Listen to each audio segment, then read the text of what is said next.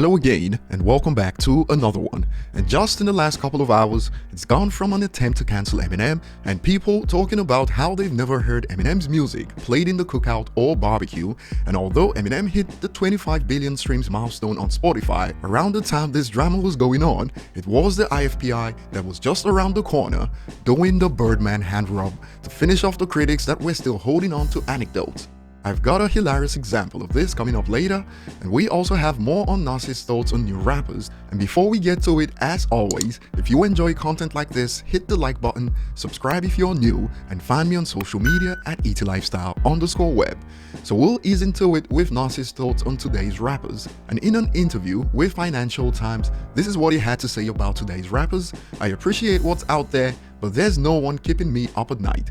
I hear a new rap record and think it's great, but I don't listen to it the next week. So essentially, replay value is gone. And to support his point, under a thread about this on Twitter, the user states, "This is facts. Music doesn't seem to be made with the same ingredients that leave you wanting more. You can tell when something is home-cooked versus takeout." And I'd add that the streaming era also added to this, as perceived value for music is down. And on the other end, some don't agree with Nas. "I'm tired of the trend of dumping on modern media just because it's modern, and treating everything that's old as perfection just because it's old. There's good and bad stuff from every generation. Just find whatever you like and enjoy it, and let others enjoy what they like." Save your thoughts on this take from Nas for later. And moving on, just hours after Eminem was trending on social media, the IFPI revealed the global top artist of 2020, and for some reason, hip-hop publications have been awfully quiet after this report. And for the hip-hop genre, it goes Drake, Eminem. Does Post Malone still count? So Post Malone and Juice WRLD. And the reactions to this have been quite entertaining based on where we were a couple of hours ago.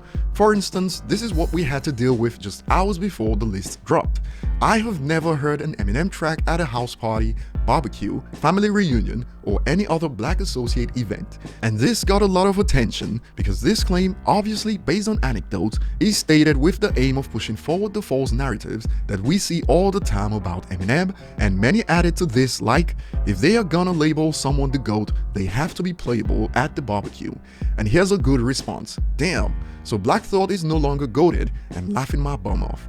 And another user had to set it straight after someone said Black people don't listen to Eminem with this: "Black people don't just live in America." And even in the United States, that statement is a flat-out lie, and you'd see more on this in the comment section if you believe that.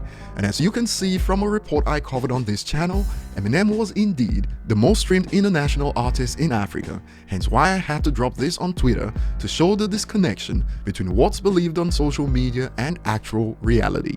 So when IFPI revealed the top 10, if you're someone who believed the media when they said Eminem is irrelevant, this was you when the report dropped. How? Is he not retired? Didn't his songs and album flop? And this one got a fitting response. In 2017, it was a flop for him. If it was any other rapper who sold that much in 2017, it would have been a hit.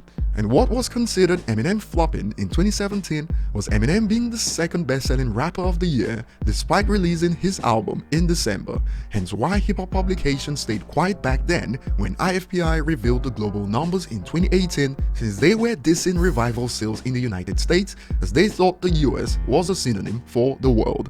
On this report on Twitter, a user adds, "I feel sad for the people who still think he's irrelevant and no one listens to him, but the only sad thing here is that they just lost another bullet point to put down Eminem." And over on Reddit, for instance, the fact that Eminem was the second best-selling hip-hop artist around the globe got some surprised. One user states, "I'm surprised Juice WRLD wasn't higher, with him being a lot more relevant and having quite a big album, plus the whole hype of his death." And some brought out the joke since Billie Eilish and Eminem are 5 and 6, a user states. "No wonder he's giving Billie Eilish nightmares creeping up on her like that."